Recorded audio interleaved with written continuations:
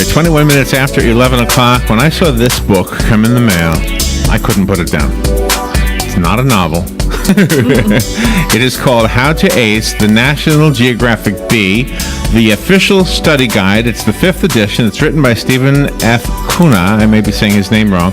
On the phone is Chelsea Zillmer. She's the director of the National Geographic Bee, and the National Geographic Bee is celebrating its 30th anniversary next year. So, and I'm a pretty good student in geography when it comes to the USA. Mm-hmm. But I'm horrible with the rest of the world. So that's why I'm looking at this and I'm testing myself and I'm going, oh my gosh, how did I not know that?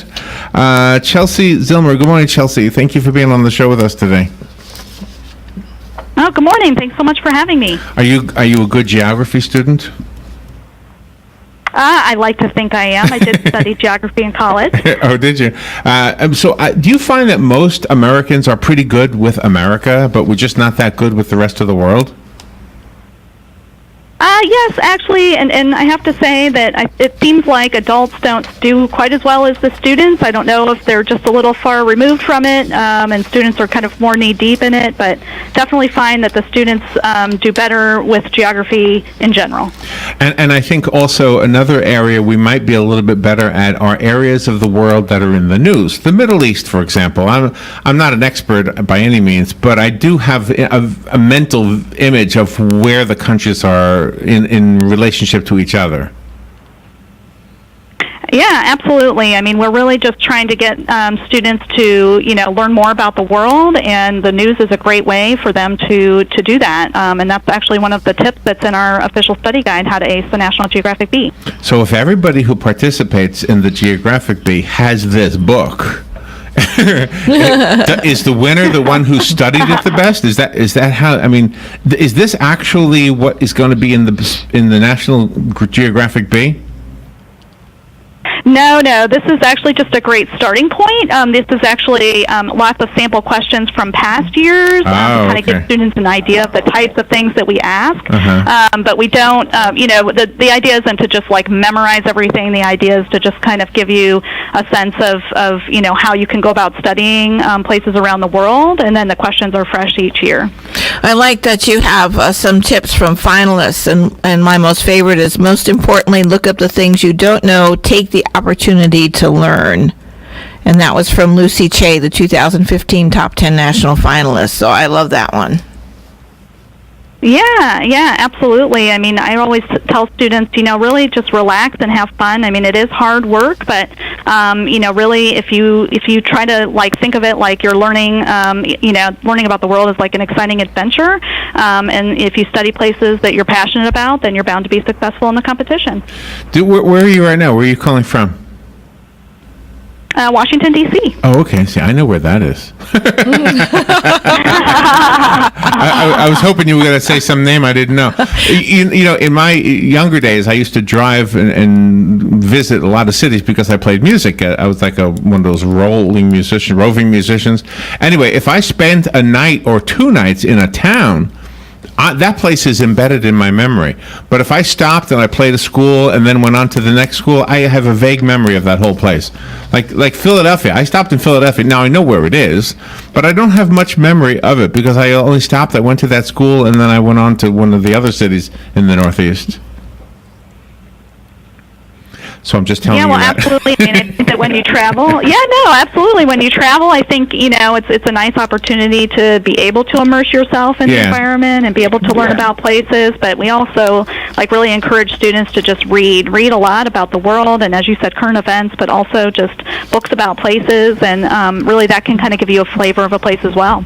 So do all of the schools have their own bee, and then they go to the state championship, and then they go to the national? Is that how that happens? Yeah, that's right. This is actually, we're gearing up for our school bee season right now. So we have 10,000 schools across the country that participate and 2.6 million students who take part. So schools register now at our website at natgob.org. And school bees take place anytime from October until the end of January. And then the top 100 students in each state can take part in the state bee. And those happen in early April, all across the country on the same day. And then our national competition competition is in May, and it's televised on the National Geographic Channel and on public television stations. So I want to read some of the questions. Species are to animals as dialects are to what? That is a great question. Isn't that a good question? That's a good question. Species are to animals as dialects are to what? The answer is languages. Ding, ding, ding, ding, ding. Now you get that one right. If somebody got that one. Wow, and there's some cool The dreaded analogies. Yeah, right. It's the IQ kind of a test. And the other part I liked about this was the road trip part, the U.S. road trip. Where you to visit a desert museum in Tucson or hike the Red Rocks of Sedona, you would travel to which state? That's pretty cool. I like that kind of stuff. Yeah, it really gives you a sense of, do you know the answer? That's the question. I'm going to guess Arizona. Am I right? No, I'm wrong. Utah. Very good. Oh, I was right the first time? Oh, you got it. That's actually one of the advice. The advice of one of our champions was to trust your gut. So there you go. And you also include current events like Harry Potter, the book series, and things like that. Yeah, we try to bring in a little bit of pop culture just to keep the kids interested, and also some weird but true facts. That's one of our book series, Weird But True, has little factoids that kids just find interesting and fascinating, and so we bring those in as well and ask questions about where those things are happening. Has technology made it easier for the curious mind to satisfy that curiosity? When I was a kid, for example, there was no such thing as a smartphone or anything like that. I mean, we had a compass, but if let's say I was camping, I did this when I was a kid. I would camp with my family. We'd go out. We went out to Wyoming, and I remember we were in a city called Cody, Wyoming, and I have no idea what was around it. But I'm guessing if I had a smartphone, I would have said, "Where are we?" And I would have said, "Oh," and we're near whatever. I don't even know what we're near in Cody, but it was just one of those questions I had about today. Do you think that the kids have a little bit more of a maybe that's why the kids seem to be better at this than the adults? Yeah, absolutely. I do think you're onto something there, and we have found that over the years, the questions, we have to make them harder and harder because students are, performing better and better, and we have to eventually crown, a national champion each year. But I do think that, there are a lot of digital tools out there. We offer some as well. We have an online quiz, we have an app, and all kinds of, interesting devices that they can, get their hands on and kind of practice and learn more about the world. And the students that win, they receive college scholarships. That's really a great incentive. Yeah, actually our top prize is a $50,000 college scholarship, and then they also receive a lifetime subscription to National Geographic magazine and a trip to the Galapagos Islands. So, oh my gosh! Primo first spot there. The Galapagos. Oh my gosh! How cool! I want to go. See the big tortoises. Don't say turtle. I know the kids will correct me. It's not a turtle. It's a tortoise. Yeah, you guys definitely makes me want to be a kid again. Oh yeah. They're so. That's part of. That's one of the good things about getting older. You do become a kid again. You're just old. That's all. But you mentally are a kid. How to Ace the National Geographic Bee is the book. The National Geographic Bee to celebrate its 30th anniversary in 2018. So, are our schools in our area participating in this, or how would I know that? Absolutely.